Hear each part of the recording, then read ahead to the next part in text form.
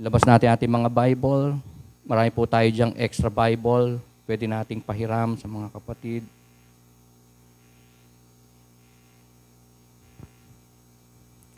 Ang araw pong ito ay significant din sa atin simply because katatapos lang ng ating anniversary.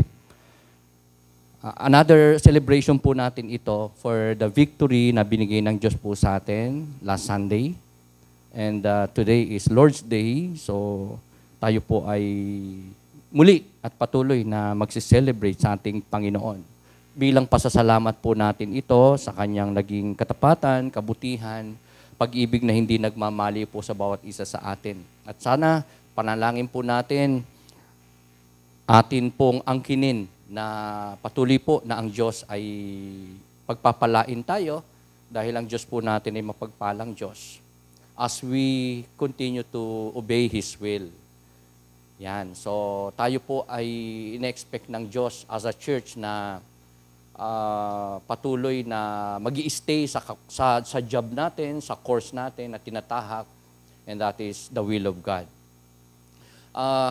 Kamakailan, nung nandun po tayo sa Kanlalay, sinimulan po natin ang ating series of studies sa Book of Epistles. At hindi ko na maalala kung kailan natin to exactly napasimulan, pero siguro hindi po bababa ng 1 taon na. Baka more or less 2 years na po natin to na binubulay. Sapagkat ang Book of Epistles po ay mahaba. 13 sulat po siya ni Apostol Pablo from Book of Romans sa New Testament up to Philemon. So, meron pa po tayong natitira na 4 na book.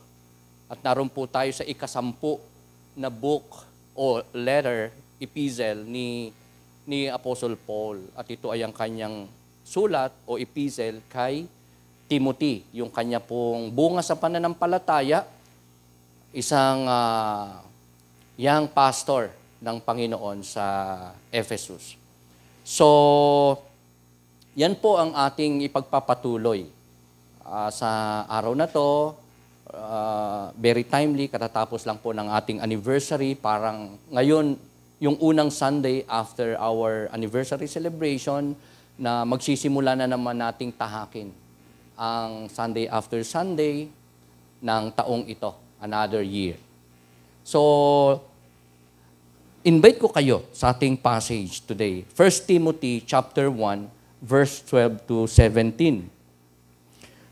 Pangunahan ko po ang pagbasa sa Tagalog muna, and later kung may pagkakataon, babasahin din po natin sa English because ang atin pong outline at exposition ay partly English po.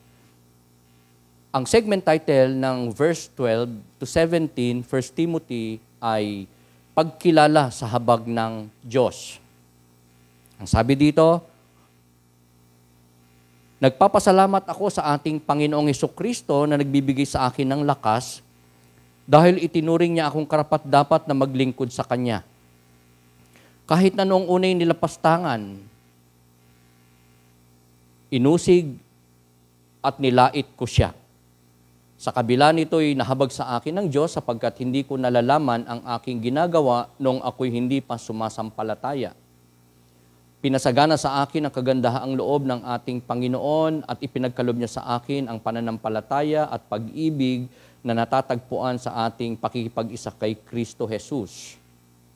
Totoo ang pahayag na ito at dapat paniwalaan ng lahat. Si Kristo Jesus ay dumating sa sanlibutan upang iligtas ang mga makasalanan. At ako ang pinakamasama sa kanila. Ngunit akong pinakamasama ay kinahabagan upang ipakita ni Kristo Jesus sa pamamagitan ko ang kanyang lubos na pagtiyatyaga at upang ito'y maging halimbawa sa mga sumasampalataya at bibigyan ng buhay na walang hanggan. Last verse, purihin natin at walhatiin magpakailanman ang iisang Diyos, haring walang hanggan, walang kamatayan, at di nakikita. Amen. Ito po ang mga mapagpalang salita ng ating Panginoon. I-share ko po sa inyo ang isang topic, halo po sa passage na ito, na pinamagitan ko po na the glorious gospel of God. Ang maluwalhati, makalangit, napakadakila na gospel, good news, o kapahayagan, revelation about the Lord Jesus Christ.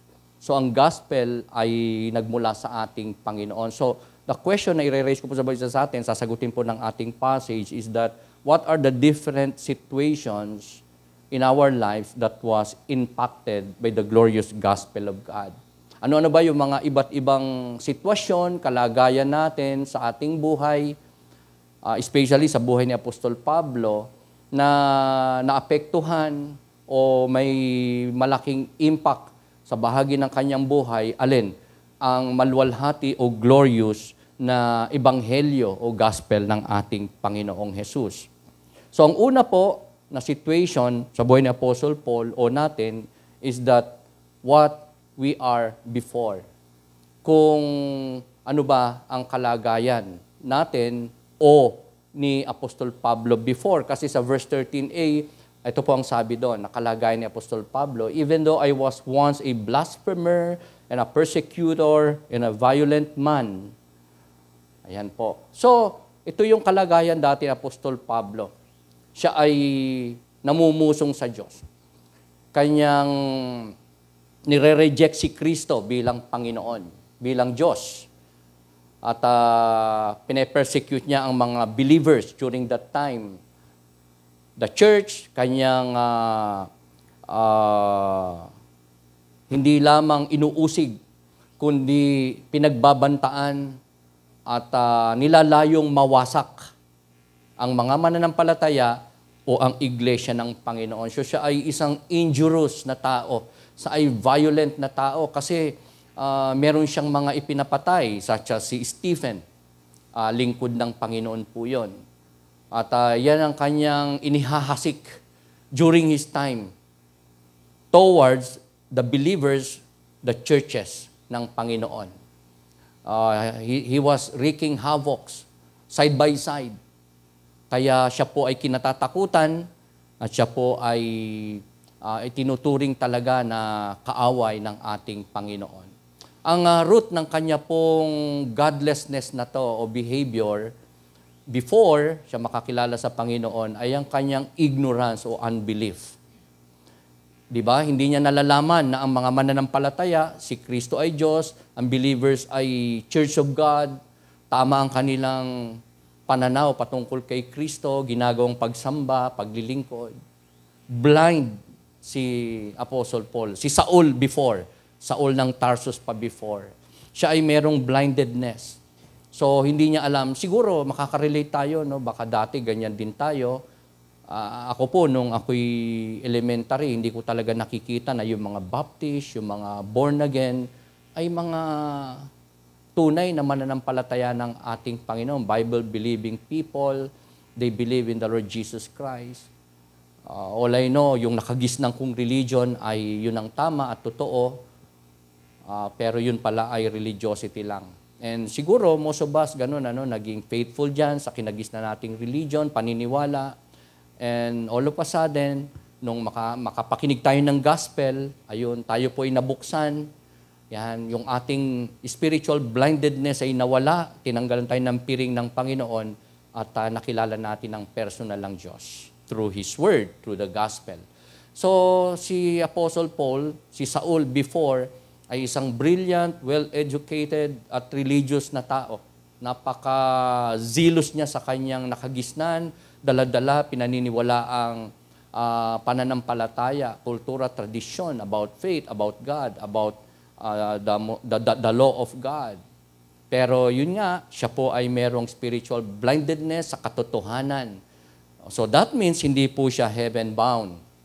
So like Paul, tayo rin ay mga kagaya niya, makasalanan before.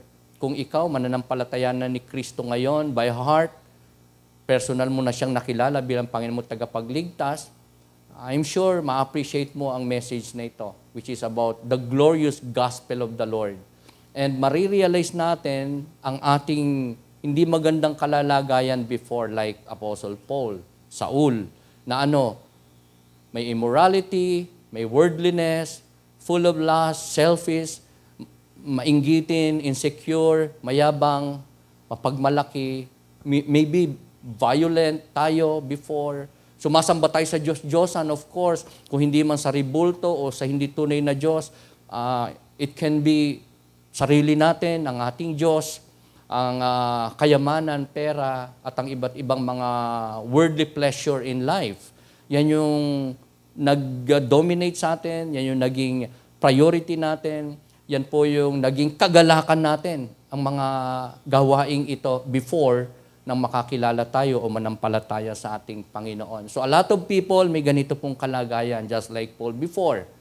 Situations in life na may blindedness sa katotohanan kay Kristo, sa tunay na pananampalataya, at Diyos, kalooban niya na dapat nilang hindi lang maunawaan, kundi masunod at magawa. So yan po yung una. Kaya maganda po na tayo sa unang linggo na to after our 17th year anniversary celebration ay ma-appreciate po natin ang gospel, ang salita ng Diyos, ang good news, ang revelations ng Panginoon, ang power ng kanyang salita sa ating mga buhay. Dahil yun po ang nagbukas sa atin ng kamalayan natin sa tunay na Diyos, pakikipagrelasyon sa Kanya, sa atin pong naging reconciliation sa Kanya. It's because ang tao po ay nahiwalay sa Diyos because of sin. Man is separated from God because of sin. Di ba si Adam and Eve, kaya sila nahiwalay sa Diyos because they violated the command of God. Iisa lang yon. But they were separated, they became depraved, corrupt, and unacceptable before God. Pero dahil nga po ang Diyos ay Diyos ng pag-ibig, kahabagan, mabiyaya, so meron po siyang naging kapamaraanan for that. Parang tao, ang makasalanan, ma-reconcile sa Diyos. And that is by way of the sacrifice ng ating Panginoong Jesucristo sa krus ng Kalbaryo. Kaya ito po ay somehow, if not kalungkutan, kundi kagalakan, ang magiging hatid po sa atin. Thinking of that situation of Apostle Paul before, natin na tayo po ay namumuhay sa kadiliman, sa hindi kalooban ng ating Panginoon, kundi sa sarili nating kagustuhan, sa atin pong sariling pleasure, at hindi po talaga para sa Panginoon ang ating mga ginagawa, man din ng mga kabutihan o pagsunod sa mga batas, regulasyon, kagandahang asal. Di po ba, nung tayo po ay hindi pa talaga nabuborn again? Of course, we used to do a lot of good things. Pero, we must admit that those things ginagawa natin para sa sarili natin, para sa magulang siguro, para sa kung ano pa man at hindi talaga purely para sa Panginoon. Bakit tayo sumusunod sa batas, trapiko, o sa batas ng gobyerno para hindi tayo ma-penalize, para hindi tayo makulong, para hindi po tayo mag-suffer? Di po ba? Bakit tayo sumusunod sa magulang natin before? Para po hindi sila magalit sa atin, hindi tayo masermonan. Okay, bakit tayo nag-aaral mabuti? Gusto nating umasenso. A lot of good things we do previously. Pero the question is, para kanino? Hindi naman po talaga before para sa Panginoon, kundi para sa iba't ibang mga bagay, especially para sa ating sarili lamang. Pero ngayon na kung tayo po nagkiklaim, by heart talagang nasasabi nating ako ngayon ay believer ng Panginoong Jesucristo, ako'y anak ng Diyos, siya ang aking Panginoon, may relationship na ako sa Kanya, ako'y na-reconcile na. Everything that I do is for His glory. Di ba? Malaki pong pagkakaiba nun. Before, oo, gumagawa ka ng mabuti, but not for the Lord. Pero ngayon, nakakilala ka sa Panginoon, you do it in obedience to the will of God, and that's all for His glory, first and foremost. Secondary na lang yung para tayo pagpalain ng Diyos, para tayo po ay maging blessing sa iba, para po tayo ay maging mapalad o pinagpala ng atin pong Panginoon. So yan po yung una na situation in the life of Paul, in our lives, kung saan meron po naging malaking impact ang gospel, ang salita ng Diyos, ang glorious gospel ng atin pong Panginoong Jesucristo. Ang pangalawa po is that the way we are saved. Yung paraan kung paano po tayo naligtas spiritually. Kasi sa verse 13, ganito po nakasulat. Sabi po ni Apostol Pablo, I was shown mercy because I acted in ignorance and unbelief. The grace of our Lord was poured out on me abundantly along with the faith and love that are in Christ Jesus. Here is a trustworthy saying that deserves full acceptance. Christ Jesus came into the world to save sinners, of whom I am the worst.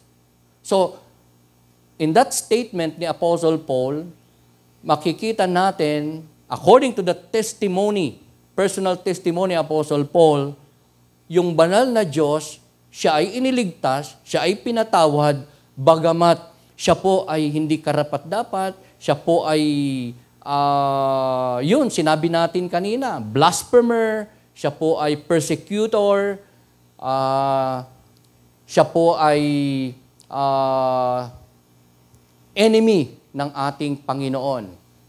At ang sabi pa niya sa ating passage, mga kapatid, sabi niya, of whom I am the worst. Ang ibig niyang sabihin niyan, in other translations, ang ginamit po na word ay hindi worst, kundi chief. Chief sinner siya. Kung maraming makasalanan during his time, sa buong mundo, siya yung pinaka masama, siya yung hepe ng lahat ng mga makasalanan o masasamang tao.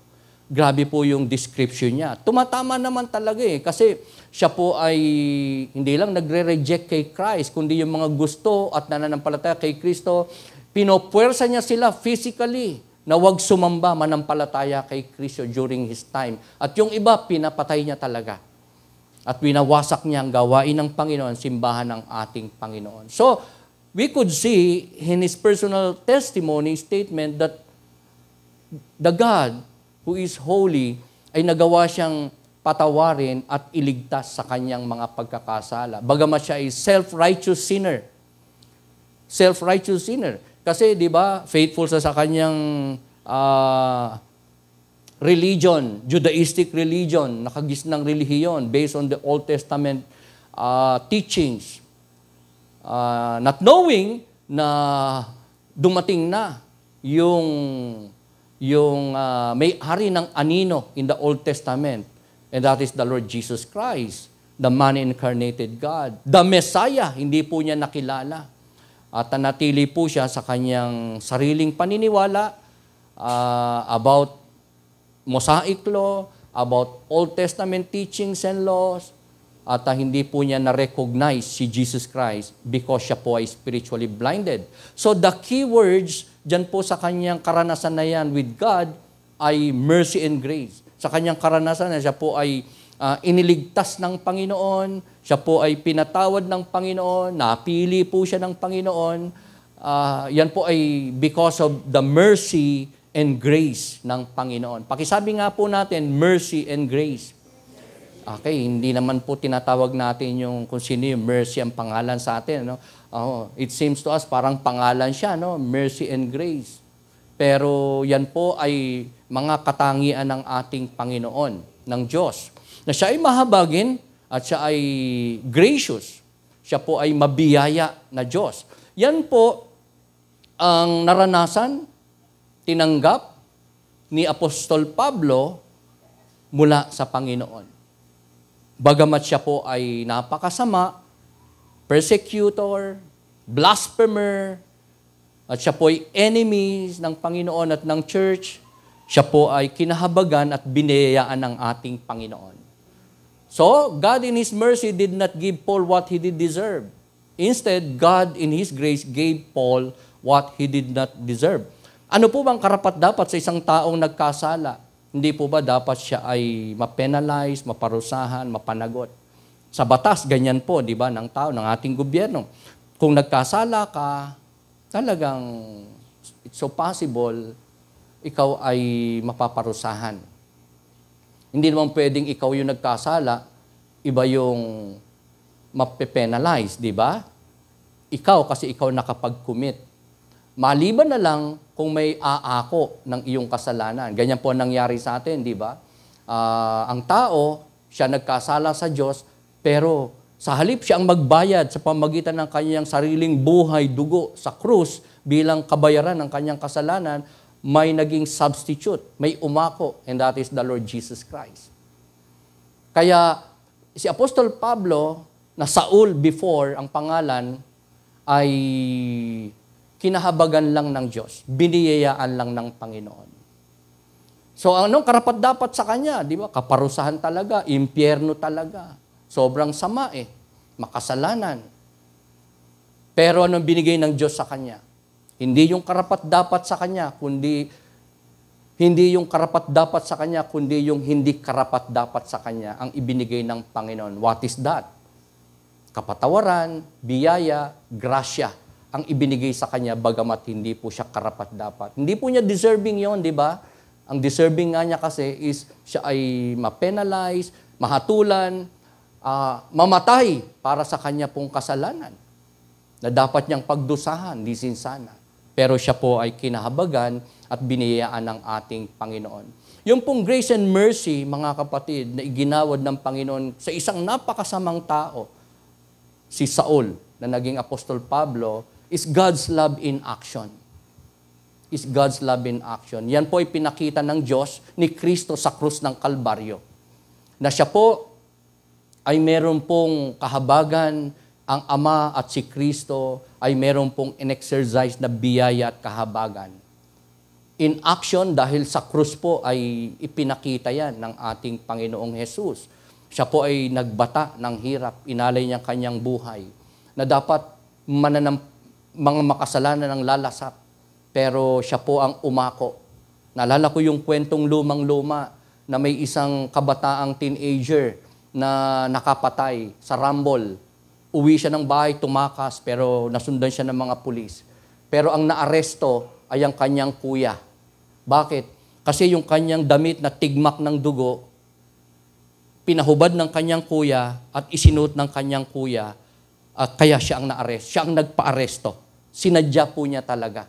Para yung kanyang bunsong kapatid, hindi maparusahan, hindi makulong, hindi mabitay, siya po ang nagpa-aresto.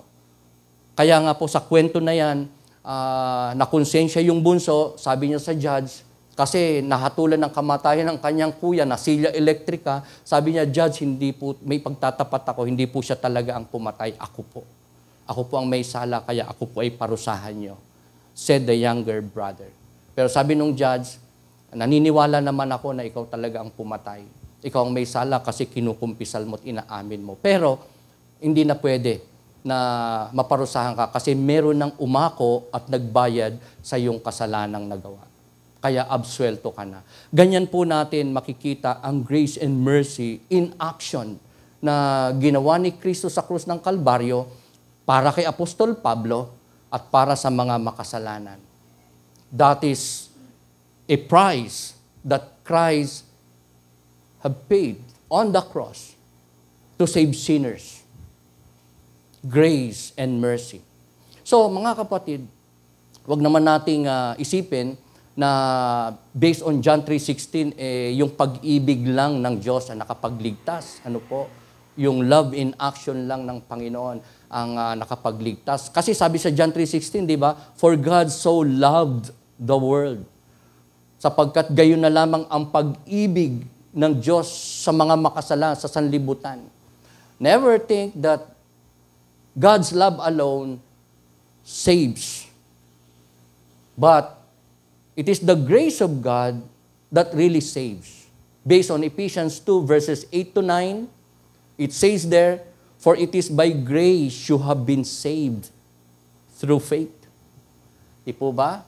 So, of course, importante po yung mercy and grace. Yan po ay love in action ng Panginoon.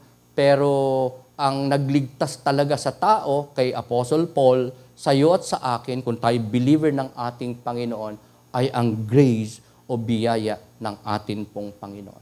So, Paul is saying in his letter kay Timothy, in our passage, na hindi lang naman siya during his time ang nais iligtas o iniligtas ng ating Panginoon Kristo. Biniyayaan ng Panginoon, kinahabagan ng Panginoon o iniibig ng Panginoon, bagamat hindi karapat-dapat, kundi marami pang iba Just like in our time, there are lots of people na nais po ng ating Diyos na maabot, mabiyayaan, mailigtas, mapagkalooban ng kapatawaran sa kanilang mga pagkakasala.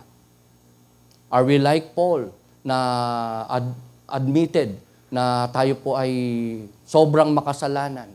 O baka some people would say, hindi naman ako kasamaan kagaya nila, kagaya niya, kagaya nung iba dyan.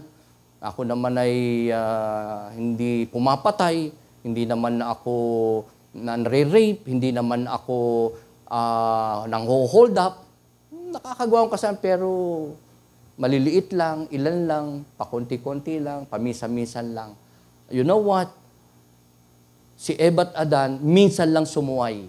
Kinain lang naman yung bunga ng ipinagbabawal na punong kahoy o bunga ng punong kahoy sa Garden of Eden. But that single sin ay nagresulta sa kanilang separation with God. They became sinner from then on. Kaya nga namana natin yung sinful nature nila na pagkamakasalanan. Di ba? Yan na ang naging kalikasan ng tao from then on. May tendency to commit sin, to violate God with that just one single sin ng ating mga ninuno, Adam and Eve. Kaya, si Paul ay sobrang sama. And yet, kinahabagan, biniyayaan, pinatawad, iniligtas ng atin pong Panginoon. Pwede ba natin palakpakan si Lord dyan? Because that means, if Jesus could save Saul of Tarsus, na naging Apostle Paul, chief of sinners, itong si Apostle Paul, then, he can save anybody. It can save you. Kahit pa ang kasalanan mo ay kasing itim ng gabi, kasing pula ng dugo ang iyong kasalanan, kaya kang patawarin, iligtas, pagpalain, biyayaan ng ating Panginoon. Si Saul nga murderer, persecutor, nire-reject niya si Christ at pinupwersa pa niya ang mga believers na itatwa si Kristo, mag-backslide, gayahin siya sa maling paniniwala. And yet, napatawad, niligtas, inibig, pinili, binayaan ng ating Panginoon. So, ang pangatlo na sitwasyon, the last but not the least situation, sa ating buhay, sa buhay ni Apostol Pablo, kung saan nagkaroon ng grabing impact ang gospel, ang salita ng Diyos, ang good news about the Lord Jesus Christ, ang revelations, Word of God, is that who we are now. Kasi si Apostol Pablo, mga kapatid, sa verses na to, ito na yung kanya naging kalagayan. Brought about by the gospel, by the good news, by the Word of God, by that message na kanya pong napakinggan mismo sa Panginoon Hesus. Sabi po niya, I thank Christ Jesus, our Lord, who has given me strength that He considered me faithful, appointing me to His service. But for that very reason, I was shown mercy so that in me, the worst of sinners, Christ Jesus might display His unlimited patience as an example for those who would believe on Him and receive eternal life. So, yung biyaya ng Panginoon, mga kapatid, sa kanyang buhay, kahit siya ay persecutor, kahit siya ay murderer, kahit siya ay chief of sinners, naging preacher po siya ng Panginoon. Siya po ay naging minister ng Panginoon. Siya po ay naging missionary ng ating Panginoon. Siya po ay hindi lang naging anak ng Diyos, kundi naging servant ng kataas-taasang Diyos. So, ang ganda po nito, no, mga kapatid, na ang makita ng Diyos sa iyo, sa akin, ay pananampalataya, most of all, katapatan. Kasi mga kapatid, pag tayo nanampalataya sa Panginoon, maari pa rin na may mga kakulangan tayo sa buhay, kaalaman, kakayanang gawin, lalo na sa paglilingkod, pagsunod sa kalooban ng ating Panginoon. Pero kung makikita ng Diyos na tayo ay willing na sumunod sa Kanyang kalooban, tayo po ay nagtatapat sa Kanyang kalooban, sa ating Panginoon, siya po ay magtitiwala sa atin. Yan po ang nangyari kasi kay Apostol Pablo. Nung siya makakilala, mga kapatid sa Panginoon, sa Damascus Road, nung ma-encounter niya si Jesus by the great light na nakasisilaw, nabulag nga siya 3 days siyang hindi nakakita. Kasi na-encounter niya doon si Jesus at may ipinahayag sa kanya. So, yun yung kanyang personal encounter with the Lord. From then on, nag-iba na ang kanyang litanya, ang kanyang testimony. Dati, against kay Christ, sa mananampalataya, sa iglesia ng kanyang mga pinagsasasabi. Pero from then on, after that encounter with the Lord Jesus Christ on Damascus Road, siya po ay naging believer ng Panginoon. Kaya, meron siyang matinding naging karanasan din. Kasi sa una, marami po ang hindi naniniwala sa kanya. Marami po ang nagda-doubt kay Apostle Paul na siya ay believer na talaga ng Panginoon. Kasi nga kilalang kilala siya ng lahat na siya po ay blasphemer, siya ay persecutor, pumapatay ng mananampalataya, kaya ayaw siyang tanggapin sa mga pagtitipon, sa sinagoga, bilang kapatid sa Panginoon, hindi po nila matanggap, pinagdududahan nila, nire-reject nila, ayaw nila, iniiwasan. Di ba? So, kung ikaw si Apostol Pablo, anong gagawin mo? Ang ginawa po ni Apostol Pablo, nanatili po siya sa pananampalataya. Okay lang kahit ayaw niyo akong tanggapin, okay lang kahit doubt kayo sa akin, okay lang kahit pinagsasalitaan ako ng masama. Nagpatuloy lang po siya. Nakita ng Panginoon yung kanyang katapatan. Nagpatuloy lang po siya sa Panginoon. So what happened? Nung makita ng Diyos na siya ay tapat, hindi lang sa kanya pong dating paniniwala, kundi sa kanyang newfound faith sa Panginoon, na meron ding mga pagsusubok. Siya naman yung parang pinersecute nung siya'y makakilala sa Panginoon. Mismo rin ng mga mananampalataya. Kasi nga, doubt sila sa kanya, baka trap lang ito, baka sisiluin mo lang kami, baka pag napaniwala mo na kaming believer ka na ni Christ, bigla mo kaming arestuhin, ikulong at ipapatay. Yan po ang kanilang mga paniniwala about Apostle Paul nung una. But Paul remained in the Lord. He stayed on the course that God has given him, and he remained faithful. That is why God entrusted to him the gospel. Siya po ay pinagkatiwalaan ng Diyos ng Ebanghelyo. Siya po ay naging great preacher, great minister, great missionary, great na lingkod ng atin pong Panginoon. So, ang ganda na makita ng Diyos sa atin yung ganyan po. Whatever situation meron tayo ngayon, ano man yung ating mga pinagdadaan ng mga negatibo, sufferings, pagsubok, sa ating buhay, even so, konsekwensya ng ating mga pagkakasala, ang katapatan po sa Diyos o pananampalataya sa Diyos at ang katapatan sa Kanyang kalooban sa ating mga buhay ay nagre-resulta po ng mga pagpapalat biyaya na patuloy ng ating Panginoon. God not only entrusted the gospel to Apostle Paul, but He also enabled Paul to minister to that gospel, to minister to the gospel. So, ganyan po tayo. Halimbawa ngayon, marami tayong hindi kayang gawin na kalooban ng Diyos because maaring bago lang tayo o kaya parang kulang pa tayo sa training, sa knowledge, sa wisdom, sa lakas ng loob, sa maraming area ng buhay natin. Pero kung makikita ng Diyos that you are willing to obey Him, to serve Him, to walk in His ways, ayan, hindi ka lang pagtitiwalaan ng Diyos, kundi bibigyan ka pa ng kakayanan na masunod mo ang Kanyang kalooban. Alam niyo po, ako nung makakilala sa Panginoon, dami ko po talagang mga hindi kayang gawin na kalooban ng Diyos. Pero by the grace of God, unti-unti. Kasi hindi po ako sumuko sa pagsisimba, hindi po ako lumiban sa mga prayer meeting, hindi po ako lumiban sa mga trainings, pag-aaral salita ng Diyos. Nagpatuloy lang kahit na marami po mga pagsubok, kahirapan, limitasyon, tuloy lang. At may mga pagkakataong ako po'y na-challenge nung una, tumatanggi sa mga panawagan para maglingkod kay Lord, para magministeryo, para magbahagi sa salita ng Diyos, mag-witness, mag-share, mag-preach. Pero nagpatuloy lang po. Kahit na sumasablay, kahit kulang kaalaman, I believe so. It's like this, mga kapatid, na kapag ka nakita ng Diyos that you're willing to obey His will and nanatili kang tapat at hindi ka sumusuko, hindi ka nagde-deviate sa kalooban ng Panginoon, you just do your part, happen what may, kung ano na ang sabihin ng tao, kung ano ang masabi mo, kung ano, basta you obey God's will, hindi lang pagtitiwalang ibibigay ng Diyos sa atin, kundi kakayanan din na magawa natin at masunod ang kanyang kalooban.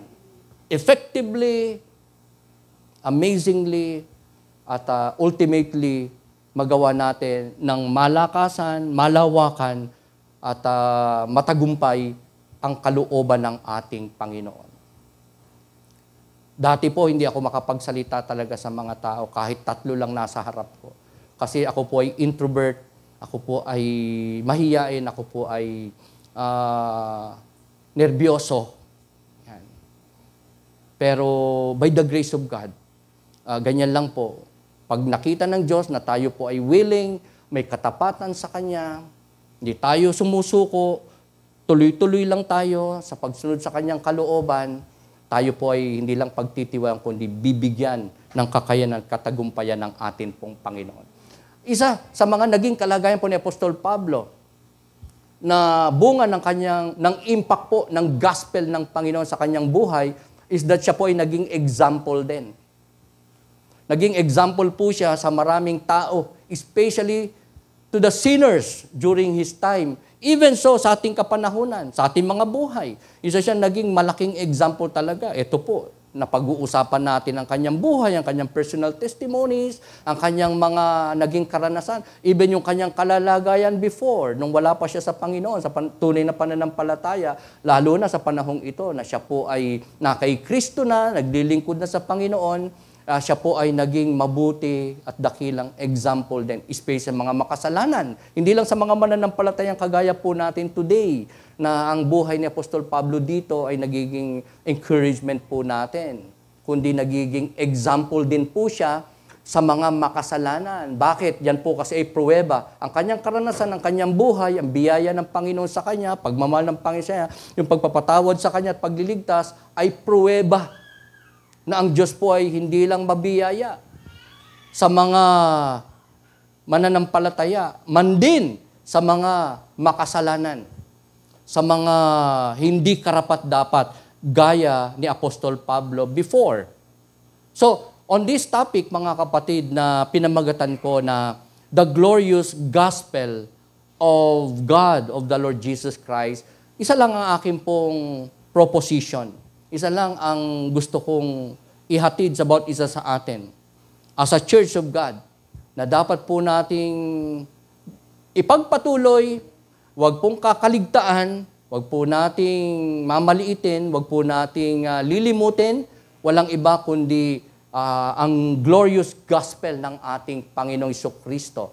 Lalo na ang pagpo-proclaim nito, ang pagpo-propagate nito, ang pag-share nito.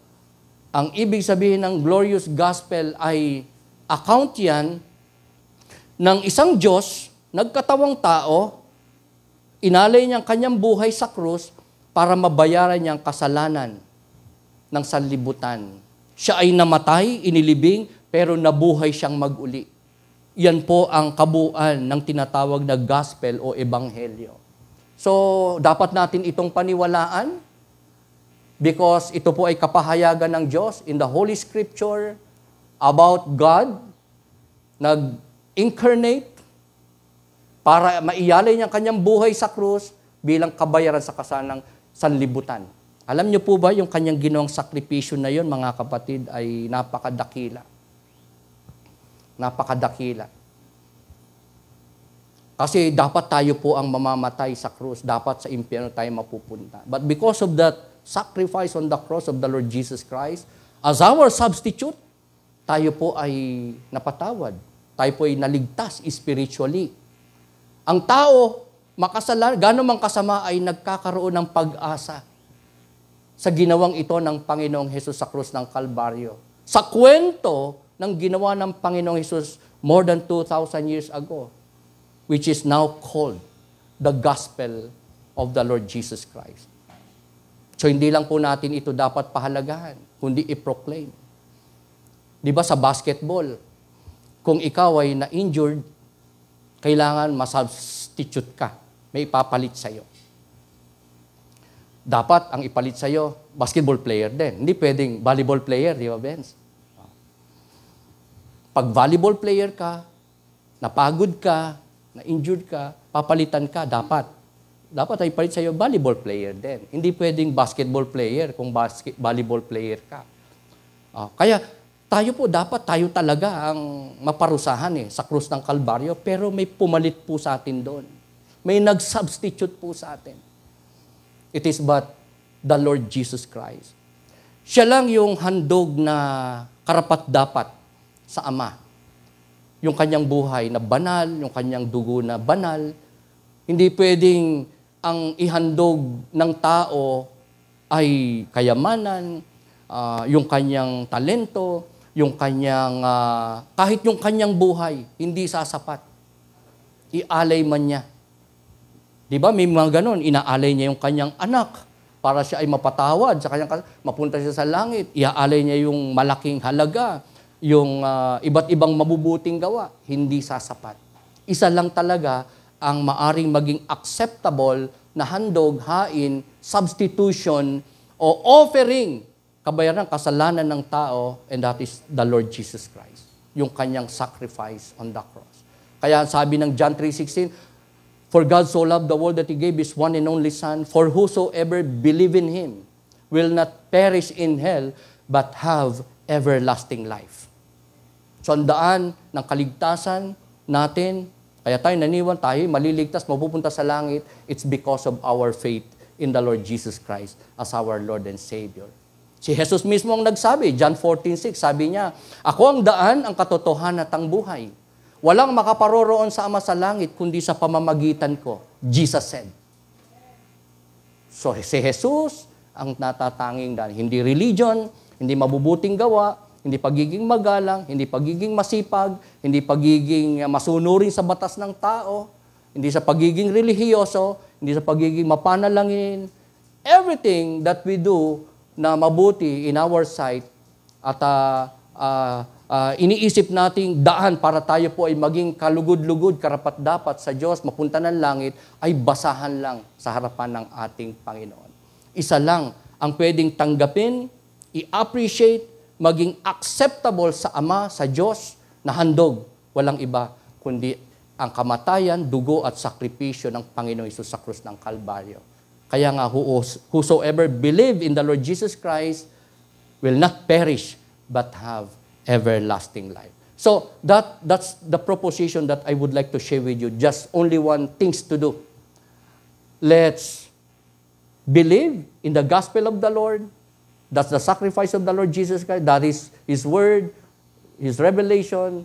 And as people of God, we must proclaim it sa ating iba't ibang capacity na pagbabahagi ng ating faith, ng ating paniniwala kay Kristo, ng salita ng Diyos na narinig natin, tumanin sa ating isip at puso, kahit iilan lang yan, we should share it, proclaim it sa ating mga kamag-anak, mahal sa buhay, kaibigan, kaklase, katrabaho, na i-encounter na tao, sino man yan.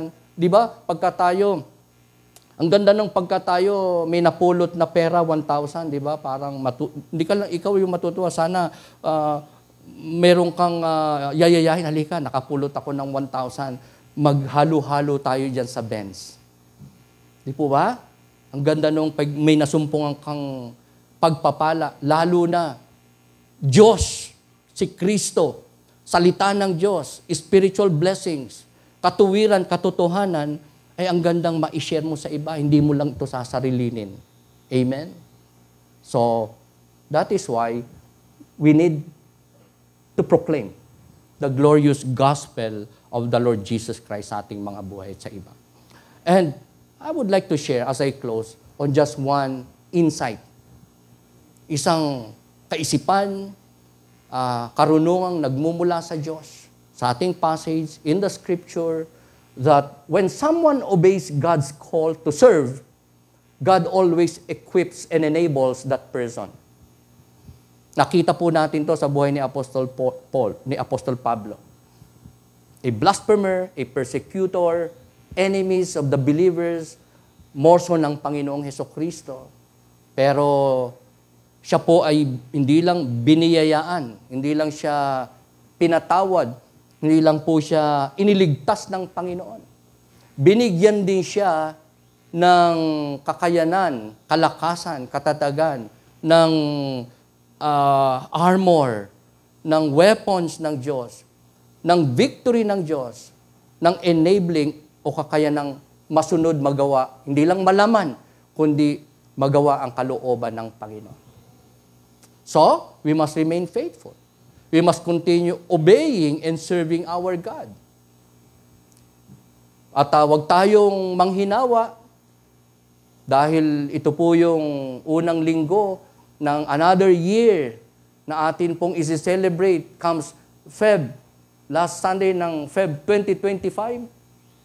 If the Lord sees us na tayo po ay hindi lang may willingness, desire, kundi makasunod talaga sa kanyang panawagan sa atin na manampalataya, maglingkod, magpagamit, siyang bahala na magpuno sa atin pong mga kakulangan, mga kahinaan at kawalan ng kakayanan in many area ng ating buhay, lalo na po sa pagsunod at paglilingkod sa ating Panginoon.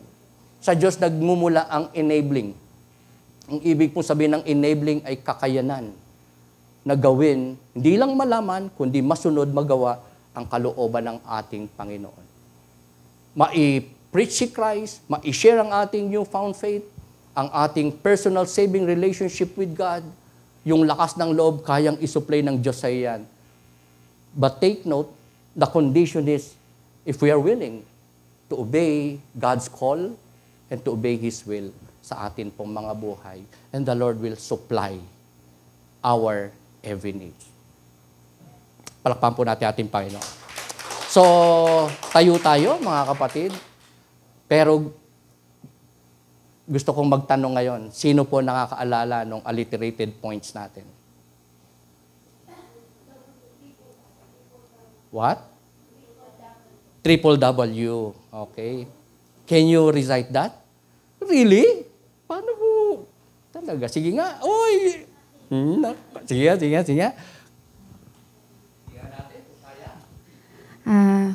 Ang title po is The Glorious Gospel of the Lord. Yung number 1 point po is what we are before, way we are saved, and number 3 po is who we are now.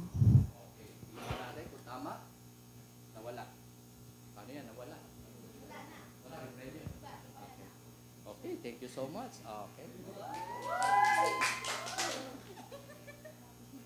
Parang ganun ba? Okay, tayo po tayo mga kapatid at tayo po ay lumapit sa Diyos, magpasalamat tayo sa Diyos sa ating tinanggap na glorious gospel ng ating Panginoon.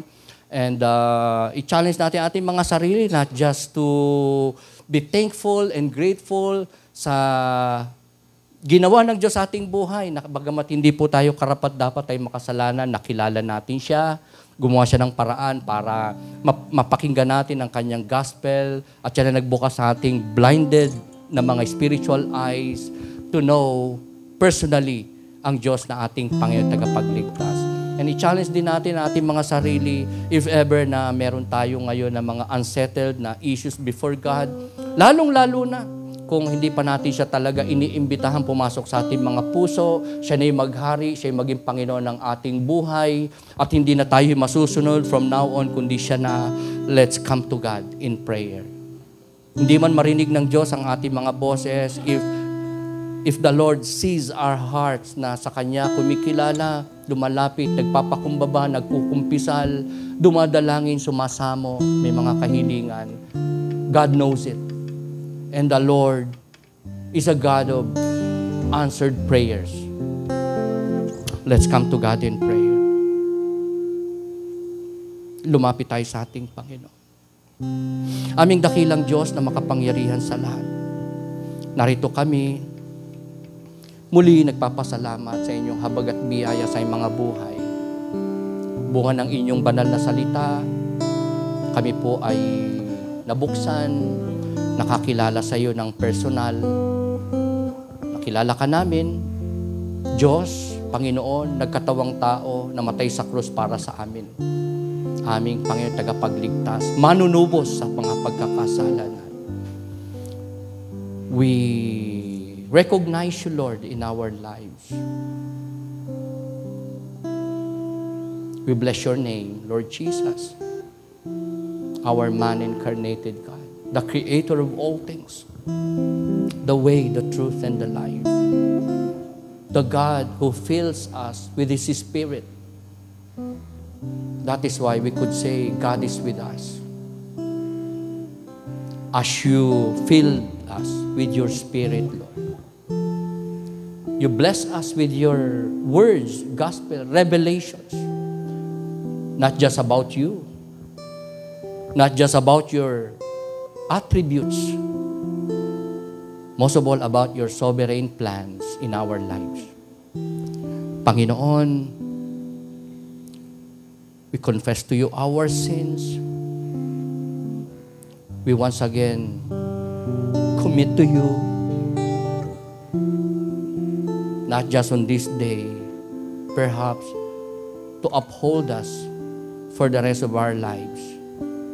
Na sa inyo, maging submissive, maging obedient, maging dedicated, maging devoted, maging faithful, and willing to obey you, your calling, to obey your commands, to walk in your ways, so that we may bless you, honor you, exalt you, and glorify you in everything we do or say. Namamagitan din po kami, Panginoon, sa mga kapatiran naming naririto, na ang puso po nakikipag-usap sa inyo, binubuksan sa inyo, naglalagak sa inyo ng pananampalataya by heart, confessing to you their sins na mapatawad, malinis. Panginoon, ipadama niyo po sa kanila na kayo ay totoo, kayo ay buhay, kayo ay mahimala, kayo ay mapagpatawad. Tunay na may kakayanang magligtas sa aming mga kaluluwa papunta sa impyerno. Kundi kaya nyo kaming baguhin, hindi lang gawing mga anak, kundi maging mga bagong nilalang. Mawawala ng piring sa mata, magkakaroon ng bagong buhay, magkakaroon ng Christ-centered life from now on, all for the glory of God. Panginoon, salamat sa inyo pong banal na salita. Salamat po sa pagkakataong ito that you once again shared to us the glory of your word, the glory of the gospel. And that is you, our Lord and Savior, Jesus Christ. Maraming salamat din po dahil binuksan nyo at pinasimulan ang another year sa aming mga buhay as your church. That is why we recognize you, we thank you, and we celebrate your name and your victory in our midst as you are with us, our most high God, our most powerful God, our miraculous God, our dependable God, our trustworthy God. All this we pray with faith and thanksgiving in the name of our Lord and Savior, Jesus Christ, to the glory of the Father and the power of His Word and Spirit. We say, Amen and glory to our Most High God. Manatili po tayo nakatayo. Let's sing this song for the Lord.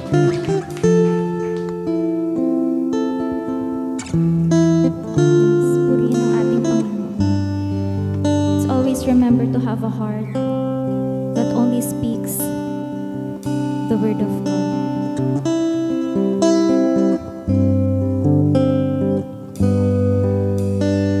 Pure heart, that's what I long for.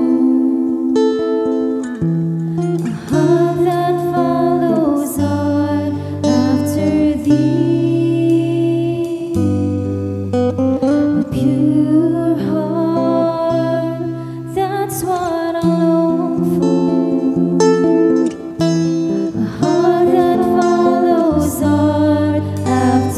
Pag-ibig